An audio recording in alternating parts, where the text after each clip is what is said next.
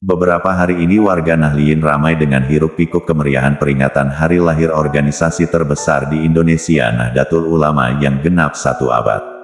Dalam perjalanannya memiliki banyak historis, terutama tokoh-tokoh pendirinya seperti Hadratus Syekh Kiai Haji Hashim Asy'ari, Kiai Haji Abdul Wahid Hashim, Kiai Haji Zainul Arifin, Kiai Haji Zainal Mustafa, Kiai Haji Idam Khalid, Kiai Haji Abdul Wahab Casbullah, Kiai Haji Asad Syamsul Arifin, Kiai Haji Syamun, dan kiai-kiai pendiri lainnya. Selain itu, ada beberapa tokoh yang jarang kita ketahui mengenai lahirnya Nahdlatul Ulama, entah itu karena kurang dipublikasi media ataupun karena ketawatluan dari ulama-ulamanya, wallahu alam. Dan diantara dari sekian banyak tokoh yang melatar belakangi lahirnya Nahdlatul Ulama, yakni salah satunya ialah Habib Hashim bin Umar bin Yahya Pekalongan, kakek Maulana Habib Lutfi bin Yahya, yang jarang diketahui oleh khalayak umum. Habib Hashim bin Umar bin Yahya merupakan kakek dari Maulana Habib M. Lutfi bin Ali bin Hashim bin Yahya Pekalongan. Beliau lahir hari Senin bulan Jumadil Akhir tahun 1280 H. 1862 M. di Karangampel, Kabupaten Indramayu, Provinsi Jawa Barat. Habib Hashim bin Yahya tokoh di balik berdirinya seperti yang dirilis dalam video yang diunggah oleh kanal YouTube Bangkit Media 2 tahun yang lalu, yang berjudul Sosok Wali Kuci Berdirinya Riwayat berikut diceritakan langsung dari Habib Lutfi bin Yahya. Dulu saya sering duduk di rumahnya Kiai Abdul Fatah untuk mengaji. Di situ ada seorang wali, namanya Kiai Irfan Kertijayan. Kiai Irfan adalah sosok yang hafal keseluruhan kitab Ihya Ulumuddin, karena kecintaannya yang mendalam pada kitab tersebut. Setiap kali ketemu saya, beliau pasti memandangiku lalu menangis. Di situ ada Kiai Abdul Fatah dan Kiai Abdul Atsim. Lama-kelamaan akhirnya beliau bertanya, "Bib, saya mau bertanya. Cara dan gaya berpakaian Anda kok sukanya sarung putih, baju dan kopiah putih, persis guru saya." "Siapa Kiai?" jawabku. "Habib Hashim bin Umar," jawab Kiai Irfan. "Saya mau mengaku cucunya tapi kok masih seperti ini, belum menjadi orang yang baik," batinku dalam hati. Mau mengingkari, berbohong, tapi kenyataannya memang benar saya adalah cucunya Habib Hashim. Akhirnya Kiai Abdul Atsim dan Kiai Abdul Fatah yang menjawab, "Lah, beliau itu cucunya."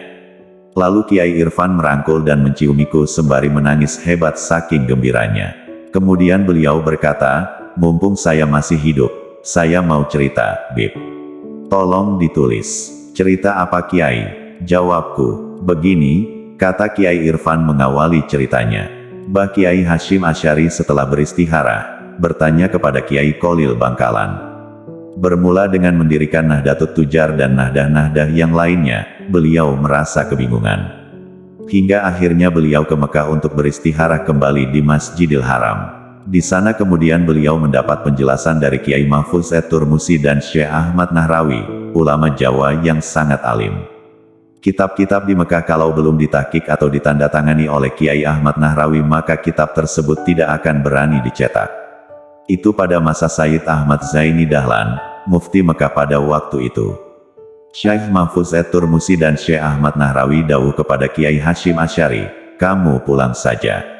Ini alamat pertanda bisa berdiri hanya dengan 2 orang. Pertama Habib Hashim bin Umar bin Yahya Pekalongan, dan kedua Kiai Ahmad Kholil Bangkalan, Madura.' Maka Kiai Hashim Asy'ari pun segera bergegas untuk pamit pulang kembali ke Indonesia. Beliau bersama Kiai Asnawi Kudus, Kiai Yasin dan para kiai lainnya langsung menuju ke Simbangkulon Pekalongan untuk bertemu Kiai Muhammad Amir dengan diantar oleh Kiai Irfan, dan kemudian langsung diajak bersama menuju kediaman Habib Hashim bin Umar. Baru saja sampai di kediaman Habib Hashim langsung berkata, "Saya rida. Segeralah buatkan wadah ahlu sunnah wal jamaah.